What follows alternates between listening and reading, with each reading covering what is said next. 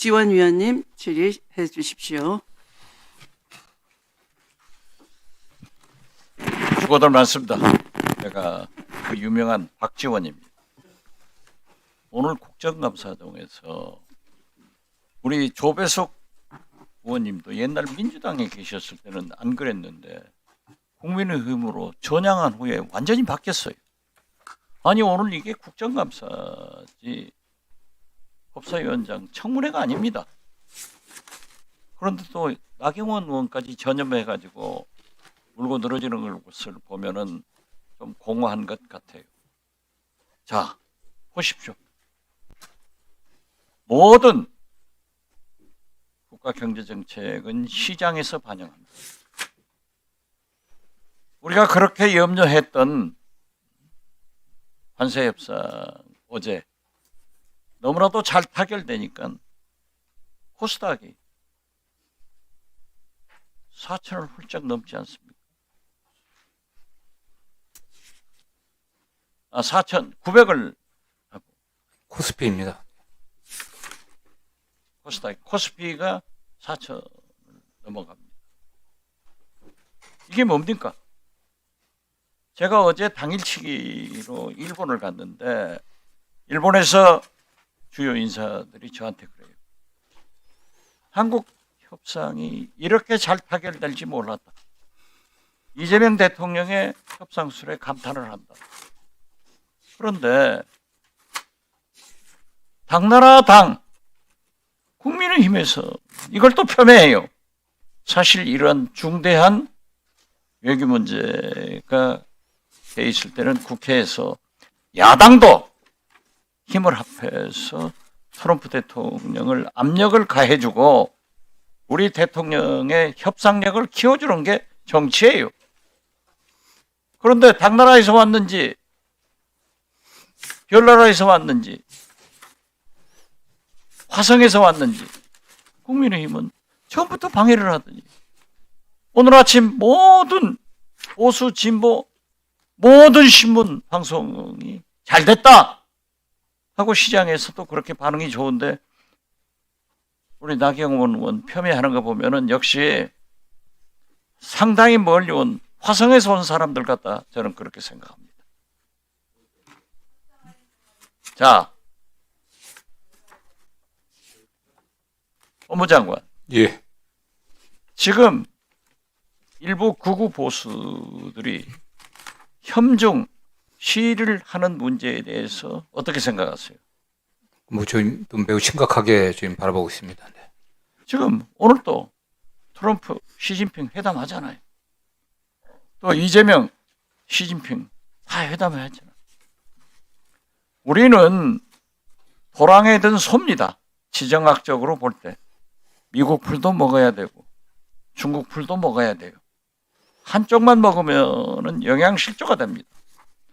그렇기 때문에 미국도 미중 정상회담이 얼마나 합리적으로 잘 돼 나가요. 그런데 아니 무비자로 입국하는 사람들 들여오지 마라. 그 관광객들 상대로 해서 사업하고 있는 우리 영세 또는 상인들 그건 말이 되는 얘기예요. 거기다 대고 협중 시위를 하는 것은 있을 수 없기 때문에 애국적 차원에서 강한 제재를 가해주기 바랍니다.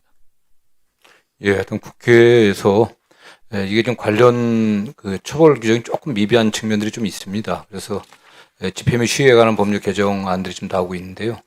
어쨌든 국익 차원에서도 그렇고 표현의 자유라든가 또는 집회 시위자의 한계가 있는 겁니다. 어쨌든 인종, 민족, 국가 이런 면에서 잘 해주세요.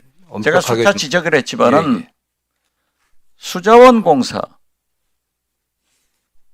입찰 비리 5,200억이 사라진 거예요. 문재인 정부 때 일어나서 윤석열 정부 국무조정실에서 수사를 의뢰를 했는데 대구지검에서 조사를 했습니다.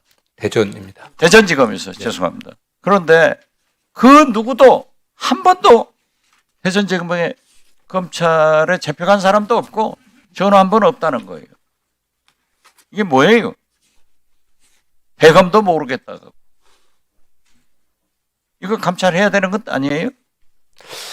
일단 제가 보고받은 바로는 그 당시 윤석열 정부의 국무조정실에서 수사 의뢰할 때 그 명확한 증거는 좀 없었던 것 같습니다. 뭐 풍문에 기초해서 어쨌든 보고서를 만들어 갖고 의뢰를 했는데 기본적인 조사는 좀 했던 것 같습니다. 다만 거기서 뭐 어떤 담합이라는 그런 거에 대한 구체적 그 단서들이 나오죠. 수자원공사 사장이 네네. 윤석열의 선거 캠프에 있던 아주 측근이에요. 윤석대. 네네. 같은 공주 충남대 출신인데 아무리 생각해봐도 국무조정실에서 고발해서 8명을 구체적으로 적시했는데 대전지검에서 누구도 부르지도 않고 무혐의 처리했다 하는 것은 납득이 안 갑니다. 그리고 많은 사람들이 제보를 해오고 있어요. 그래서 저는 이번에 쿠팡 뭐 이런데 특별감찰을 하든 거기도 좀 주시를 했으면 좋겠는데 장관 견해는 어떠세요? 예, 일단은 저희들 사건 면밀히 다시 한번 살펴보겠습니다. 좀 살펴보세요. 네. 지금 쿠팡 200만 원 한 사람 문제가 아닙니다. 전국에 10만 노동자가 있어요. 그런데 다 자회사식, 협력회사식, 계열회사들이에요. 본사는 썽썽하단 말이에요.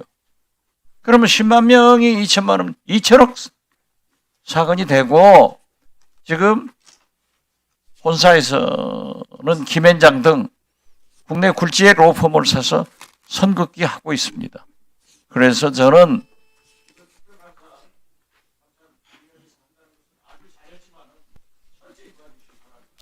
예, 그렇게 하도록 하겠습니다. 네, 수고하셨습니다. 다음은 김용민 의원님. 네, 남양주병 김영민입니다. 우리 법원 행정처장님, 예. 뭐 다른 분들 마찬가지지만 이번 국감은 내란의 실체를 확인하고 그것을 어떻게 청산할 것인가, 그리고 제도개혁을 어떻게 이끌어낼 것인가의 국감입니다. 사실 올해 아니면 못해요. 내년만 돼도 다시 내란 청산을 내년에 하자라고 할 수는 없습니다. 올해 다 마무리 지어야 되죠. 동의하시죠? 예, 저희 재판도 네. 진행 중에 있는 것으로 알고 있습니다. 그렇죠. 자, 그런데 사람들이 궁금해합니다. 조희대 대법원이 5월 1일 날 전원합의체 판결을 서두른 이유가 도대체 뭘까? 왜 갑자기 저렇게 나왔을까? 대선에 개입하려는 고의가 진짜 없었던 것일까에 대해서 여전히 의문입니다. 그래서 전체 큰 그림을 봐야 됩니다. 큰 그림을 한번 같이 보시죠. 자, 12.3 내란의 목적은 왼쪽에서 보시는 것처럼 독재를 완성시키는 것입니다. 독재를 완성시키기 위해서 정적을 제거해야 되고, 독재를 완성시키고 그 다음에 무엇을 하느냐? 개헌을 합니다. 개헌 다음에 뭐 하느냐? 간선제로 바꿔서 윤석열 대통령 더하고 나중에 김건희 대통령 만들겠죠. 자, 그리고 정적 제거는 어떻게 하느냐? 부정선거론을 끊임없이 들고 나옵니다. 그러면서 정적의 대표격인 이재명 대통령을 당시 당대표를 제거하려고 합니다. 어떻게? A급 수거 대상으로 제거를 하고 혹은 사법살인을 하려고 합니다. 이게 지금은 허황된 것처럼 보이지만 상당히 많은 증거들이 드러났습니다. 하나씩 보시죠. 자, 독재 완성 어떻게 해? 윤석열이 독재 완성을 위해서 계엄을 선포합니다. 자기가 영구 집권하려고 하는 거예요. 다음 보여주시죠. 그 다음에 개헌을 시도하려고 합니다. 최상목에게 보낸 저 문건에 보면은 국회를 해산시키고 비상입법기구를 만드는 것을 추진하는 것입니다. 국회 비상입법기구 만들어서 뭐 하겠습니까? 중요한 법들을 만들고 개헌까지 나가는 것이죠. 다음 보여주시죠. 그 다음엔 간선제를 도입해서 윤석열 3선하고 김건희 대통령 만들기 프로젝트 들어가는 겁니다.